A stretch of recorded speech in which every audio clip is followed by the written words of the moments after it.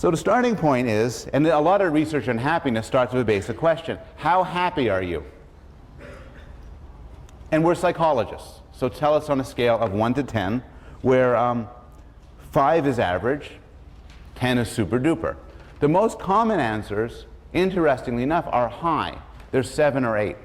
How many people in this room would give themselves a 7 or an 8? Okay.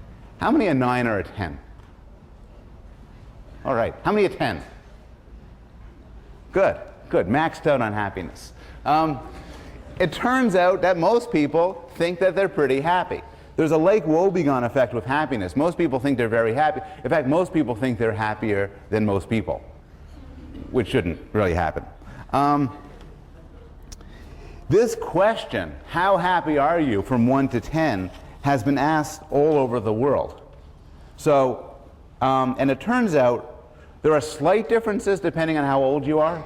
There are slight differences depending on your place within a country, California versus New York. There are slight, subtle differences between men and women at different points. Somewhat paradoxically, although women are more vulnerable to depression than men, still, on average, women are slightly happier than men. The country-by-country data is quite interesting. In one study, they looked at 42 countries. The happiest, well, let me see. The happiest people on Earth. Well, first, no country believed they were unhappy. The people in no country of these 42 countries. I mean, you're thinking there's some really bad countries to live in, and I don't know if they were tested. But of these 42, everybody said they were above average. The happiest people on Earth, the Swiss. They think they're just so happy. I was talking to people about this last night, and they suggested chocolate. The saddest people on the sample, the sad Bulgarians. You are wondering, what about Americans? Americans are actually pretty happy. 7.7 when we are a happy country, full of happy people. Now, I'm going to talk about a lot of research that's based on the data you get when you ask people how happy they are from a scale of 1 to 10. But I'm going to be honest and tell you there are reasons to be cautious about these numbers. And the reasons come from a couple of experiments. In one experiment, they asked people inside a psychology department where there was a photocopy machine. They went up to people, the people were going up to the photocopy machine to make copies, and when they were done making copies, they asked them, how happy are you with your entire life? There were 2 groups. Group A, they put a dime on top of the photocopy machine. So people walked around, I'm going to have to do my figure. Oh, a dime. Oh. Other group, no dime. It turned out that when asked, how good is your whole life? Group A reported greater life satisfaction overall in their entire lives. Another study asked people how happy you are with your whole life on sunny days, like today. And people said they were happier on sunny days than rainy days. What's interesting is you can make this effect go away if you ask immediately before, how's the weather? These were done by phone interviews. And logically, what seems to go on is that if you're asked how's the weather, you say, oh, it's really sunny outside. And then when people are asked how happy are you with your whole life, people then say, oh, okay, I'm going to take into account the sunniness when I give my answer. Okay, so what is happiness? What are people rating when they're answering these sort of questions? And this is an extraordinarily difficult question, and one could devote a seminar to discussing it. But one simple answer from an evolutionary point of view is that happiness, forget about what is happiness, ask what's happiness for. Just like we've asked what language is for, or what laughter is for, or what hunger or lust is for. What's happiness for? And one answer is happiness is a goal state that we've evolved to pursue. It's a signal that our needs have been satisfied. Happiness is the carrot we're running towards that makes us take care of our lives. We want to be happy. An example of this is food. You're not very happy if you're starving. You want to be satiated. You want to be satisfied. So you seek out food to fill your belly. Once you've done it, you're happy. Steven Pinker summarizes the keys to happiness in a nicely evocative passage. We are happier when we are healthy, well-fed, comfortable, safe, prosperous, knowledgeable, respected, non-celibate, and loved.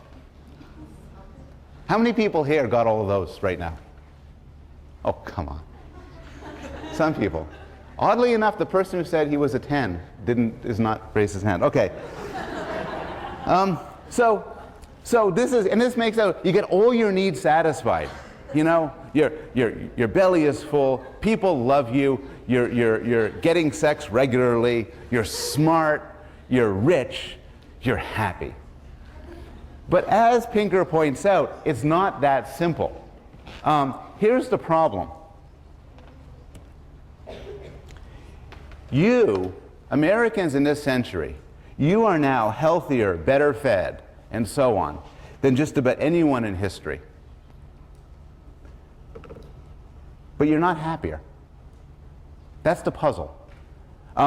In particular, these studies asking about happiness have been around for a long time.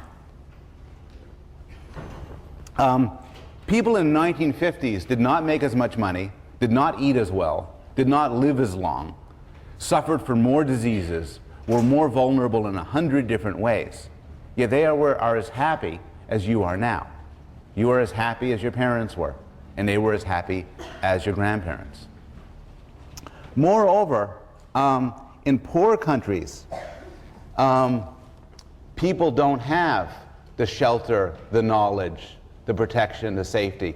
Yet, for the most part, there's not a huge effect on how rich a country is and on how happy the people are. Furthermore, there are great individual differences in happiness among people whose basic needs are met.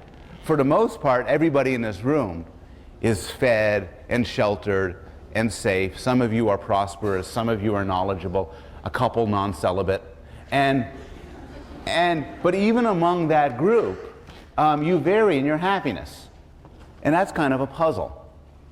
And to explain the puzzle, we need to talk about a few surprising facts about happiness. And I'll present 3 of them. The first is, happiness doesn't change as much as you think. In particular, happiness is not as sensitive to what happens. Your happiness is not as sensitive to what happens in your environment as you might think it is. Part of the reason for this is that there appears to be a strong heritable basis for happiness.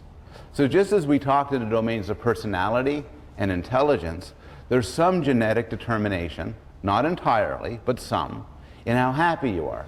And some people talk in terms of a genetically determined set point. So you have a sort of natural happiness level, maybe a range.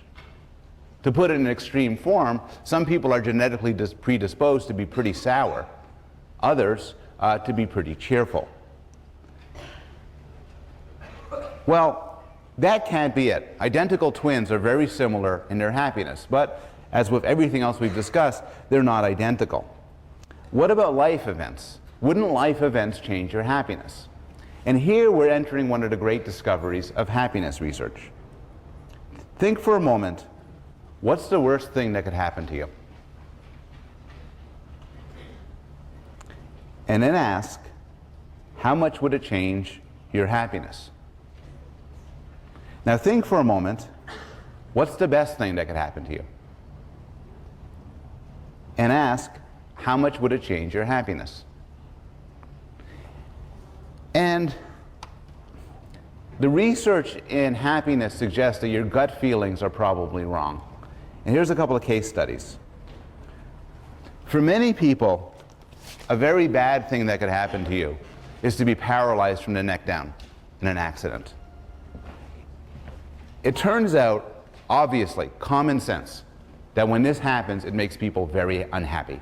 It makes them depressed, they think their life is over, they feel terribly sad. But not for that long.